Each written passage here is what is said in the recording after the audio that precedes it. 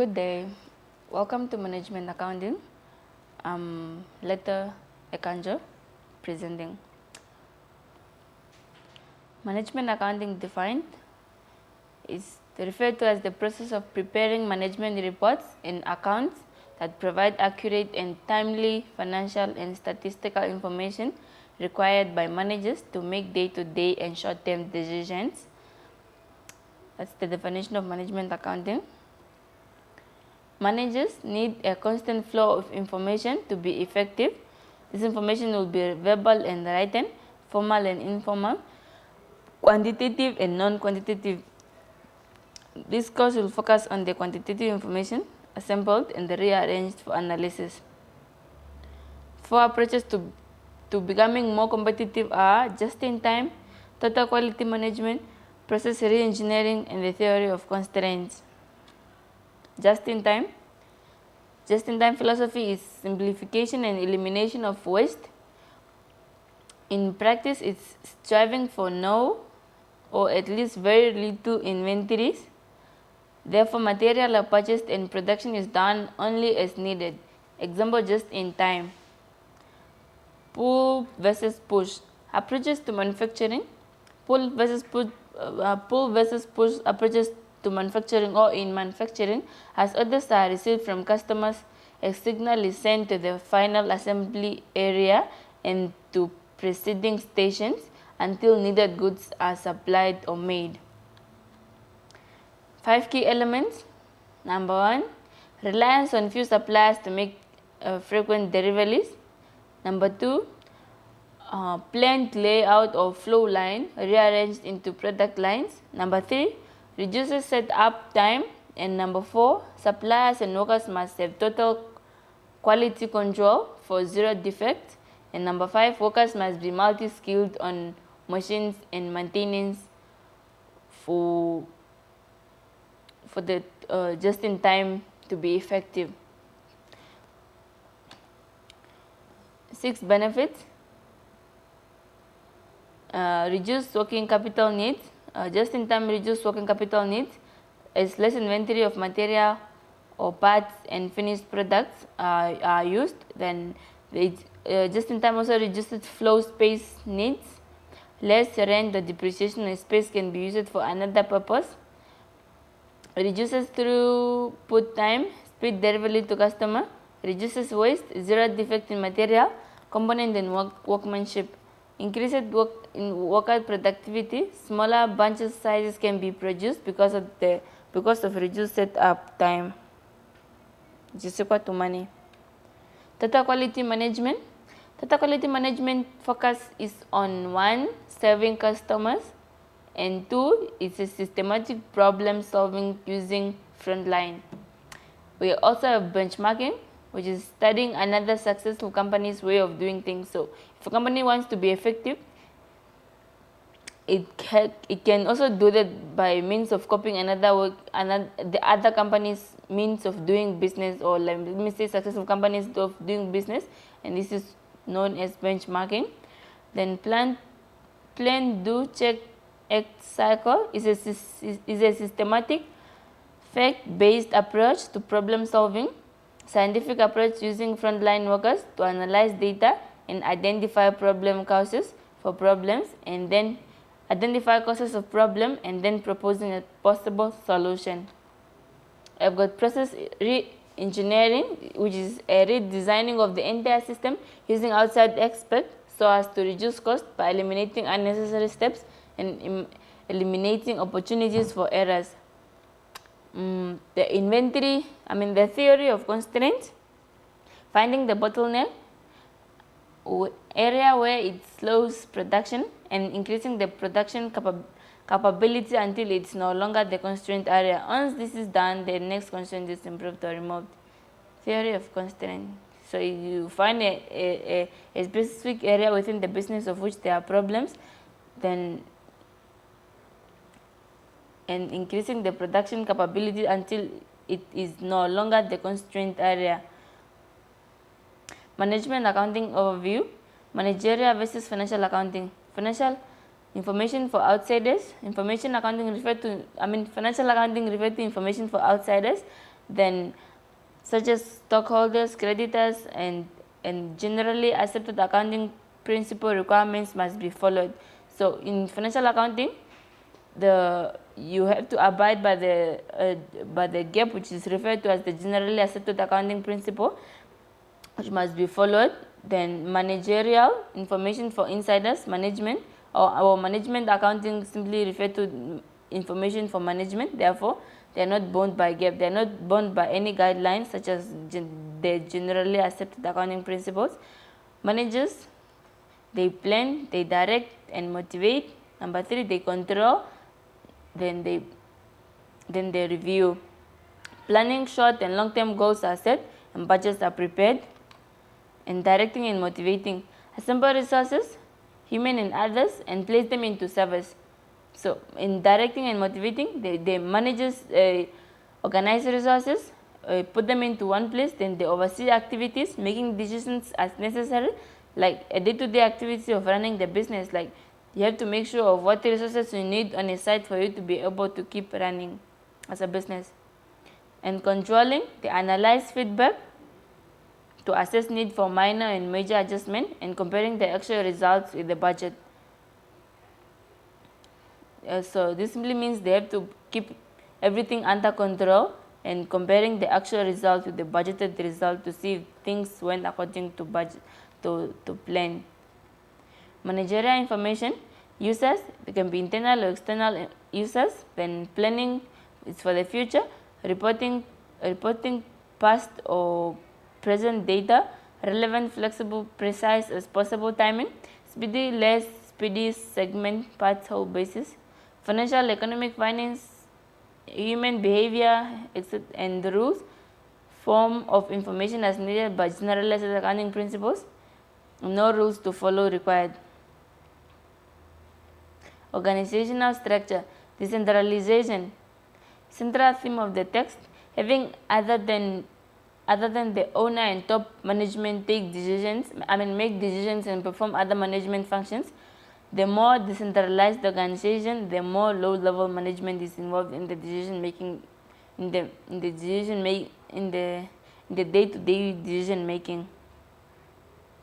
Organizational chart, which shows the former owner management established hierarchy of decision makers, various levels of bosses.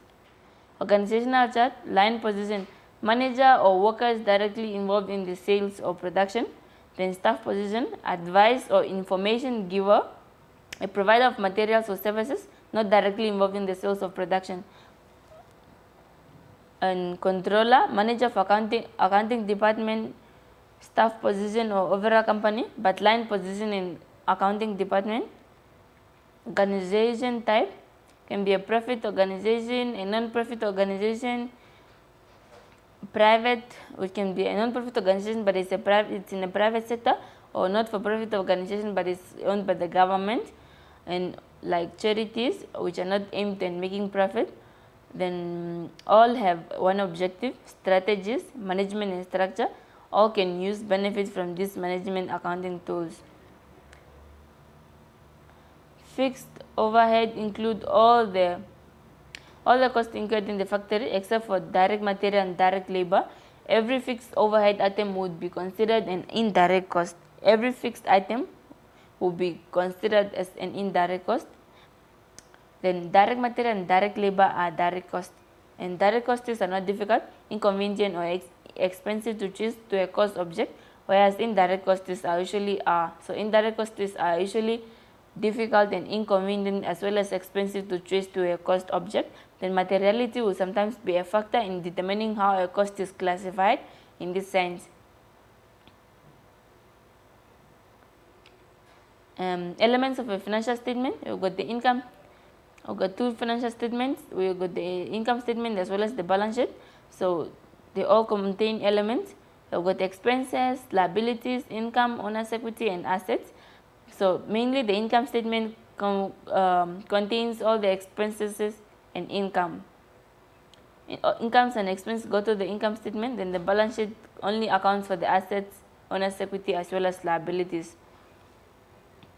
Marketing costs are not part of the fixed overhead cost, no administrative cost.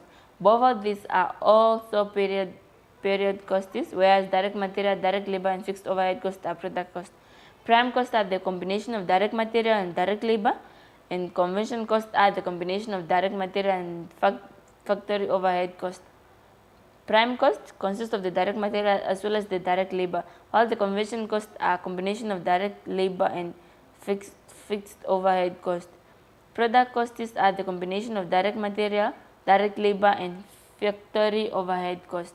They are also known as the inventory cost. So product cost are also known as the inventory cost, consists of the material, direct labor, and factory overhead cost. These costs are not expensed, classified as cost of goods and sold on the income statement until the related product are sold.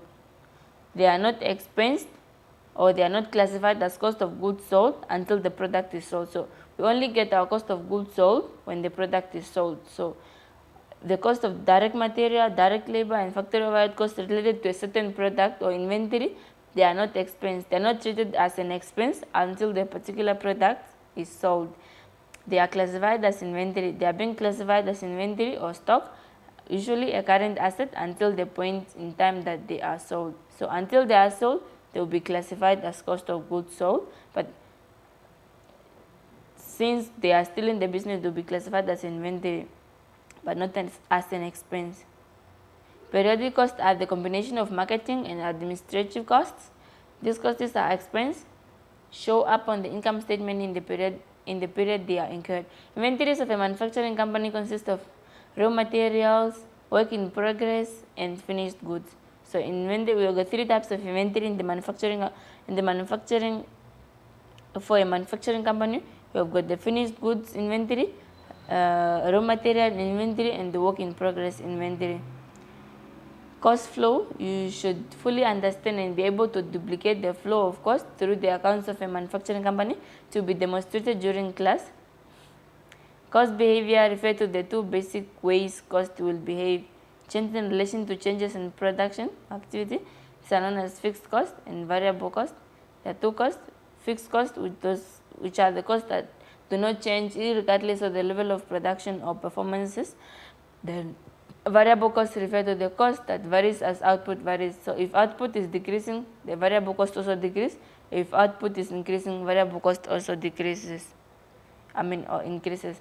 Then work in progress, which is abbreviated as WIP, is the partially completed product. It should include some direct material, direct labor, and factory overhead costs, but not all that is necessary to complete the product. And we have got fixed cost. As production increases or decreases, a cost that does not change in amount in total is called a fixed cost. As a result of the cost not changing in total, as the number of units produced increases or decreases, the mathematical average based on the number of units produced will change in an opposite direction. In effect, an increase in production will cause the average fixed cost. An increase in production will cause the average fixed cost per unit to decrease. For example, if rent expense is generally a fixed cost is 1,000 per month and we produce 200 units, the cost per unit for rent would be $5.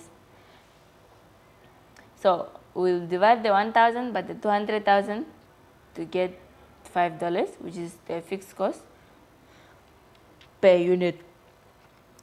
Let's look at the variable cost, which we said are the cost that varies as output varies, or decreases as output decreases, and increases as output increases. As production changes, increase or decrease, a cost that does not change in amount in total, a cost that does change in amount in total and in direct proportion to the change in production is called the variable cost. The wood material used to make a desk is an example. The total amount of wood needed would be directly proportional to the number of desks made, but the amount of wood needed for each desk would be the same. For example, if the wood for one desk costs $10, then the total cost for 5 desks would be $50. So 10 times $5 would be $50 for a desk. Opportunity costs refer to the benefit foregone because of the decision made. For example, if you give up 1 hour of your time to study for this class, but instead you could have worked and earned $10, then the opportunity cost of studying for this 1 hour is $10 that you have foregone. Some decisions have opportunity cost and some do not. Of those that do, some can be quantified and some cannot.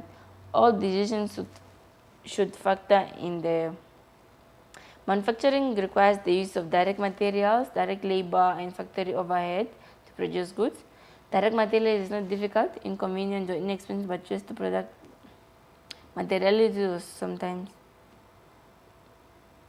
Direct labor is not difficult, inconvenient, expensive, and to choose to product, but indirect material is.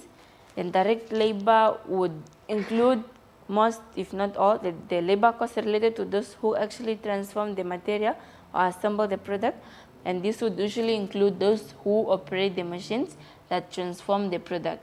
Indirect labor would include all other who work in the factory and don't actually transform the materials or assemble the materials.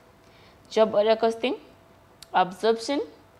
I've got the full costing is a method that considers all transitional products cost, direct material, direct labor, variable factory overhead and fixed factory overhead as part of the cost of the product. Two costing approaches. One is the process re-engineering, which is used for continuous processing of an identical product, and the job order costing, which is used for batch processing of small groups of similar products or one-of-a-kind product. Example, accounting services, limited number of typewriters, a large order, or house construction. Fixed overhead cost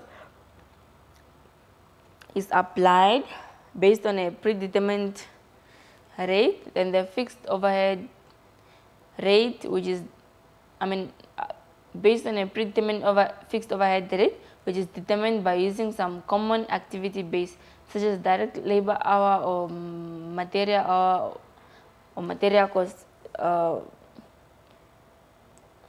Fixed overhead cost is applied because of the immediate need for unit cost data by management. A cost driver would be better than a common activity base because of the need.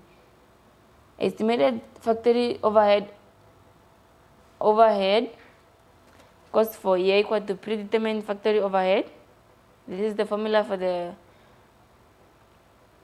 cost driver, which is the estimated factory overhead cost for a year divided by the estimated total activity base for the year. Total factory overhead rate is equal to variable fixed overhead rate plus the fixed factory overhead rate. Journal entries and the flow of cost, disposition of over or under applied factory overhead at year end, close to cost of goods sold. So the balance is transferred to the cost of goods sold when amount is immaterial or don't want to follow accounting theory. Allocate to work in progress, factory and cost of goods sold when amount is material or want to allow accounting theory. Multiple determinant fixed overhead hour rates are necessary when activity in the various departments are significantly different from one another. Absorption costing uses the generally accepted accounting principle following inventory, requires all production costs to be included as part of cost. Then direct material, direct labor, fixed factory overhead, and variable factory overhead. Therefore, if there is any ending inventory, it would include some direct material, of course, some fixed overhead or a product, let's say. And variable costing, on the other hand, excludes fixed factory overhead from the definition. Calculation of a product cost. Variable costing treats fixed factory overhead as a periodic cost. Remember, all periodic costs are expensed in full. Given variable cost per unit and fixed cost in total remain constant, then if inventory increases, production exceeds sales, then income under absorption costing would be larger and net income under variable costing would be smaller. This results from the treatment of fixed factory overhead. Some fixed factory overhead costs are deferred in the ending inventory along with the variable items such as direct material, direct labor, and fixed variable factory overhead. Part of the fixed costs are not expensed because they are not periodic costs. If inventory decreases, sales exceed production, and the opposite will occur. Net income would under absorption costing will be smaller, and the net income under variable costing will be higher. Some of the last period fixed factory overhead that was deferred in inventory will be released into expenses. And under absorption costing, but this same fixed factory overhead was expensed in full last period under variable costing. Absorption variable cost reconciling formula. Fixed factory overhead multiplied by the brackets beginning inventory in units less ending inventory in units, which is equal to the difference in net income units produced, or fixed factory overhead times the units produced less the units sold, which is equal to the difference in net income units produced. That's the formula for absorption variable cost reconciliation formula. Both formulas above are in essence the same because the difference in beginning and ending inventory in units 25 less than equal to $5 is the same as the difference between units produced and units sold. During that period, in absolute terms, non-negative numbers in unit. In example, beginning inventory is 25 units produced plus 70 units available, 95 units sold, less 65 ending inventory equal to 30 units available in closing inventory.